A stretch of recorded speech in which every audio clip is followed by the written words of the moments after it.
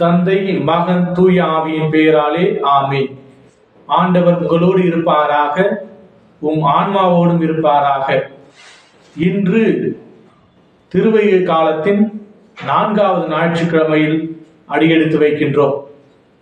இன்றைய 3 வாசகங்களுமே கடவுள் நம்மோடு என்ற செய்தியை தருகின்றது.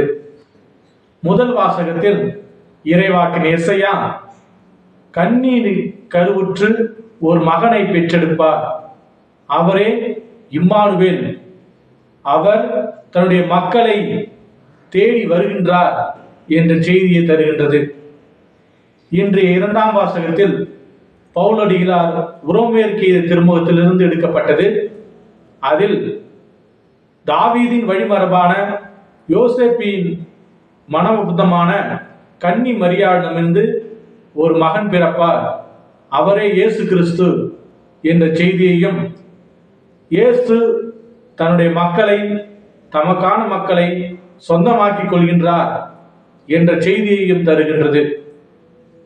இன்றைய நற்செய்தியில், அதாவது மத்தேயு எழுதிய நற்செய்தி 1வது அதிகாரம் வசனங்கள் 18 24 முடிய வசனம், இதில் கடவுள் நம்மோடு இருக்கின்றார், இம்மானுவேல் என்ற செய்தியை தருகின்றது.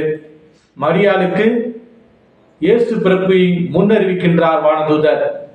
இதில் கடவுள் நம்மோடு இருக்கின்றார் என்ற செய்தியையும், மரியாளின் கீழ்ப்படிதலையும், அவள் இறை வார்த்தையின் மீது கொண்ட நம்பிக்கையையும் நாம் காண முடிகின்றது. அன்புமிக்க சகோதர சகோதரிகளே, நாமும் அன்னை மரியாளை போல இறைவன் மீது ஆழ்ந்த விசுவாசத்தை கொண்டிருப்போம். இறைவன் நம்மை ஒவ்வொரு நாளும் ஆசீர்வதித்து காக்க நாம் சிறப்பாக ஜெபிப்போம். பிறக்க இருக்கின்ற பாலன் நம்முடைய குடும்பத்தில், நம்முடைய ஊரில், நம்முடைய நாட்டில் சாந்தி, சமாதானம், சந்தோஷம், மகிழ்ச்சி இவற்றை தர நாம் சிறப்பாக ஜெபிப்போம். இறைவனுடைய ஆசீர்வாதம் உங்களுக்கும் உங்கள் குடும்பத்திற்கும் கிடைக்க ஒவ்வொரு நாளும் ஜெபித்துக் கொண்டே இருப்போம். எல்லாம் வல்ல இறைவன் தந்தை, மகன், தூய திரு ஆவி உங்கள் அனைவரையும் நிறைவாக ஆசீர்வதித்து வாழ்த்தி காத்து காப்பாராக. ஆமென்.